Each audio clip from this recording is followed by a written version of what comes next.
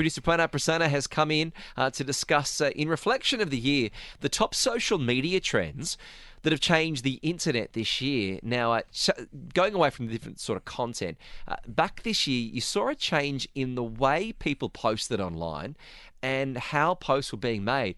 Basically, we saw the short video, the reels, and the TikTok influence really come back to Instagram and Facebook. 100%. And we even saw new apps being introduced. People were tired of the Instagram algorithms, the monetization aspect of it, and the advertisements as well. And apps such as Burial, for example, this was something that was introduced and said, right, our friends, we can connect with them, authentic pictures and instantaneous. So that sort of became the phenomena in 2022.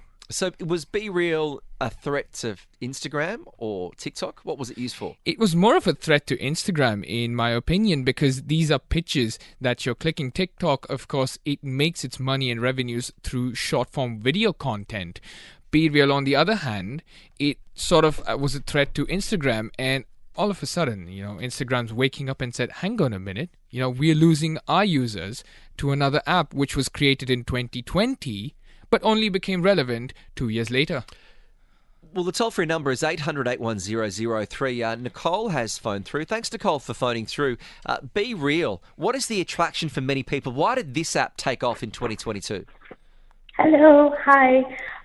So one great thing about Being Real is that it's an app that allows you to connect with your friends, on the spot. It's I'm not sure if you know about Be Real, but it basically sends a notification to everyone around the world at the same time. And you have 2 minutes to click a picture of what's happening in front of you and what's happening behind you. So it cuts the filters, it cuts, posing for things and such. It allows you to genuinely be real and be genuine in that moment. And it allows you to see what your friends are up to at that minute. So yes. It's an amazing app, honestly. So there is value in this idea of it's like life. You've got to log in to see that picture or it's gone forever. Exactly. I mean, when in real life, when you think of Instagram, even if you're uploading a picture to your story, you always are thinking of a pose, or you're thinking of editing the picture beforehand, or finding the best, moment to capture. But this Be Real allows you to take the picture at that moment itself.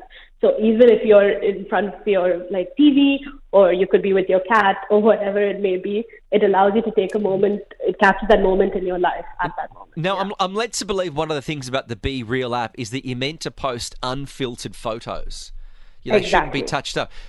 How are people in Dubai possibly able to do this? It's against our culture. What's great about this is that you cannot upload a picture from your camera roll, which completely eliminates the possibility to even use a filter.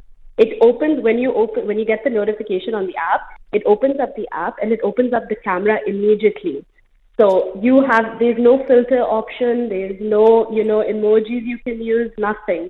You just take the picture just like how you would with the camera lens. And you take the picture and that's it. So if I was sitting here and I'm on the Be Real app and I get a notification from producer Pranav, he's put something up, I'll be like, well, he doesn't do anything anyway, so I wouldn't even I wouldn't even look at it. But you, Nicole, you'd probably be somewhere exciting, great beachside location, and I then think, right, I've only got 2 minutes to look at it. Exactly. But what's really special about this is that it eliminates the need to stalk people, because in order for you to view mine or Pranav's picture, you would need to post a picture first. So that way it cuts this whole social stalking thing to see what people are up to without you posting anything on your story. Yeah. And a lot of people do that on Instagram. Well, that is an app for me, because I got into a deep dive on the weekend on Instagram because I was watching a football commentator, and then I went to his wife's account, and then I was going back 4 or 5 years when I used to watch her on TV. And the worst thing about that is, they were TV presenters. The worst thing is that when you're scrolling through, you've got to be so careful that you don't like something. You don't double tap. Because if you double tap on something 4 years ago, it's exposed. Game over. You may as well shut down your account. You can't do anything. I think it's not just about shutting down the account. I think you need to go into hiding. Find a cave far away.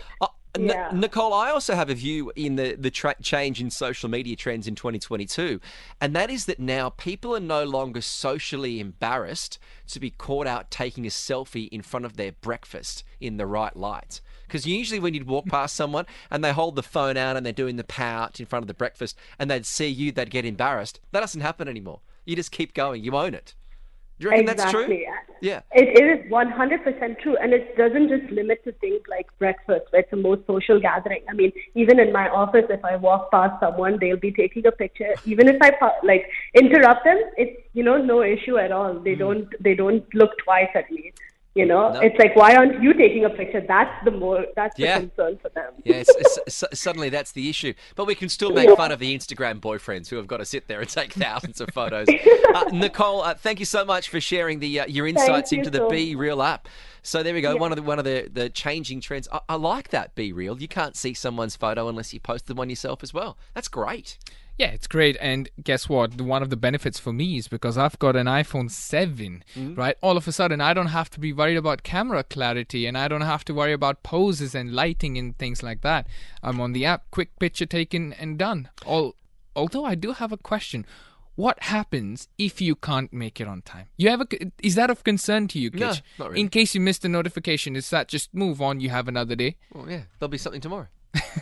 Looking at some of the other social media trends of this year, TikTok's popularity absolutely surged. This is actually funny. We know TikTok has taken off, and we've gone through the age of videos and also people just miming other people's videos. Why would I want to watch someone mime a Jim Carrey movie scene? I just want to watch the scene. I don't quite understand it. Well, it'll be a harder sort of logic for you to understand the idea of stitches then, Kitch. Have you heard of TikTok's stitches? No, I don't know what stitches are. So, for example, if you've made a video of mocking people for recreating Jim Carrey scenes, now someone else is going to make a video mocking you for mocking Jim Carrey. So they're like reactions. I've seen reactions. Reactions, exactly. But what the stitch allows you to do is not just garner their audience, but your audience as well. So it's a case for wider outreach. Well, predictions from many e-marketers show the percentage of Facebook users under 25 will drop below 15% to 2023. That's been predicted for a long time. I think for many reasons. Facebook is like the restaurant or the nightclub where your parents hang out. So why on earth would you want to go there? You want to go to your own place.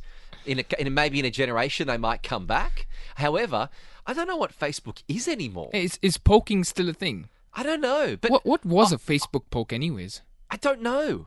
I'm confused. That was big 15 years ago. But now I'm seeing people's Insta Reels come up as Insta Stories, come up as in my Facebook newsfeed, and then it's a buy and sell mark, and I just don't know what it... Facebook is best for groups.